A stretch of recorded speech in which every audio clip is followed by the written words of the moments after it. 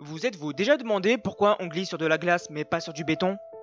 La question peut sembler assez naïve, voire inutile.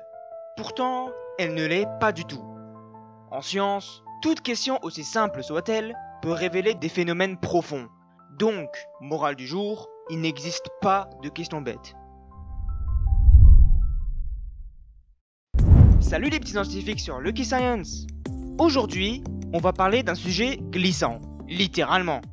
Pourquoi la glace glisse-t-elle autant alors que d'autres matériaux comme le béton accrochent mieux? Mais avant de comprendre ce qui rend certaines surfaces plus glissantes que d'autres, faisons le point sur un grand classique de la physique, la friction.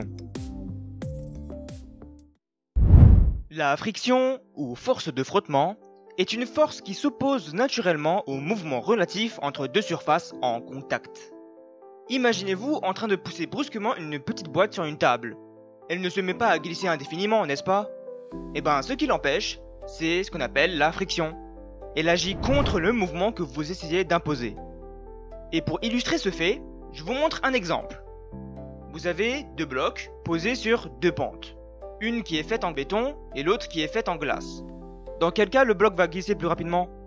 Ben, c'est évident, sur la glace.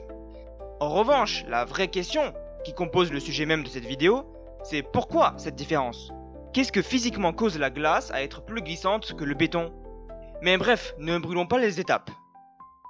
Il faut savoir qu'il existe deux types principaux de friction. La friction statique, qui empêche le mouvement de commencer, c'est-à-dire qu'elle agit tant que l'objet ne bouge pas encore. C'est d'ailleurs ce qu'on appelle l'adhérence. Et on a la friction cinétique, qui, comme son nom l'indique, rentre en jeu pendant que l'objet glisse. C'est notamment cette dernière que vous ressentez lorsque vous glissez sur de la glace par exemple. Mais alors, existe-t-il une modélisation ou une formule physique qui permet de décrire ce phénomène? La réponse est oui. Il existe en fait plusieurs modélisations, mais celle la plus connue, c'est ce qu'on appelle la loi de Coulomb.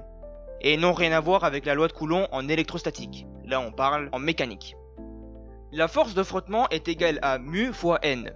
Mu étant le coefficient de friction, dépendant des deux matériaux en contact, et n est la force dite normale, c'est-à-dire la force qui appuie perpendiculairement à la surface. Tout ce que cette formule nous dit, c'est que plus la pression de contact ou plus le coefficient de friction est élevé, plus la résistance au glissement sera forte. Et pour information, cette force normale est très souvent liée au poids. Et oui, pour rappel, le poids c'est une force qui agit perpendiculairement vers le bas. Grossièrement, plus l'objet est massif, plus c'est difficile de le pousser tout simplement. En addition, j'ai envie de briser un mythe très répandu. Vous pensez peut-être que plus la surface de contact est grande, plus la friction est forte. Eh bien, laissez-moi vous dire que pas tout à fait. En réalité, la friction ne dépend pas directement de la surface de contact apparente. Ce qui compte, c'est la surface réelle de contact, à l'échelle microscopique. Effectivement, si on zoome sur une surface, on peut remarquer des imperfections. Et c'est ces dernières qui permettent de rendre une surface agrippante ou non. Bien, maintenant que vous avez l'essentiel à propos de la friction, rentrons maintenant dans le vif du sujet.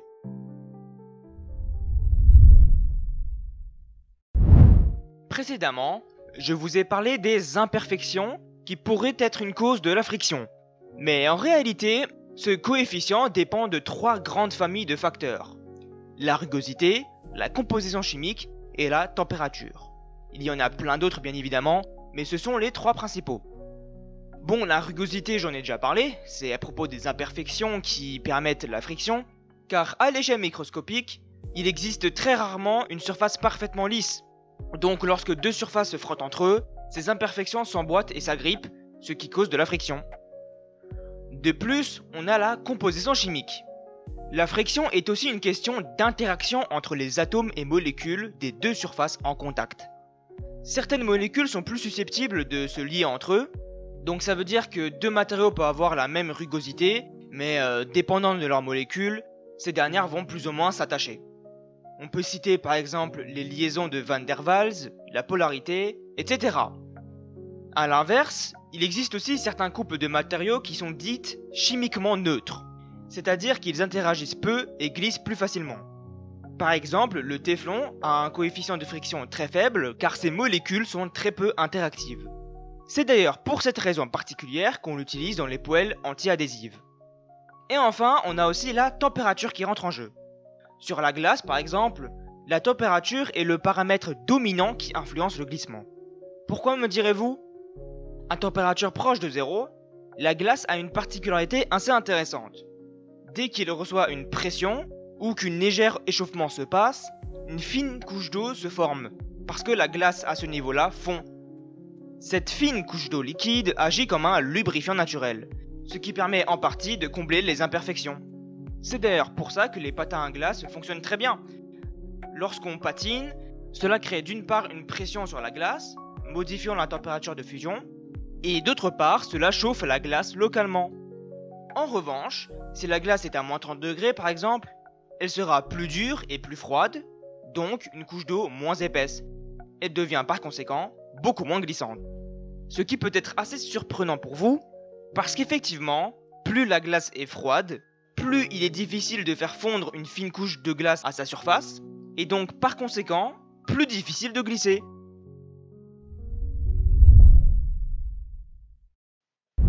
Je voulais tout de même préciser que cette formule n'est qu'une approximation.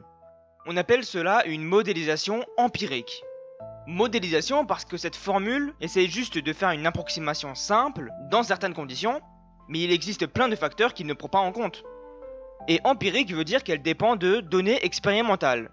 Donc pour la faire court, cette formule est difficilement utilisable sans expérience. Sauf si vous imaginez un scénario idéal, où vous connaissez exactement la valeur du coefficient et de la force normale. Mais là je parle plutôt dans un cas réaliste. Par exemple, cette formule marche très bien pour des situations à vitesse constante, mais ne marche pas du tout lorsque des facteurs extérieurs viennent déranger l'expérience. L'humidité, les lubrifiants, la déformation plastique, etc. Donc pour résumer, la loi de Coulomb est une modélisation pratique, mais pas universelle. Elle est empirique, donc limitée.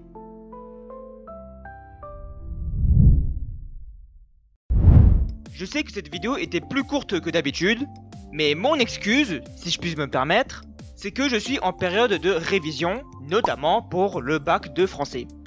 Donc du coup, désolé si j'ai survolé certains concepts, mais j'espère tout de même que cette vidéo vous a plu. Si c'est le cas, n'hésitez pas à la liker, sinon vous pouvez faire part de vos remarques et critiques en commentaire. Et si vous ne voulez pas rater le fil de publication des vidéos, n'oubliez pas de vous abonner. Sur ce, je vous dis à bientôt sur Lucky Science.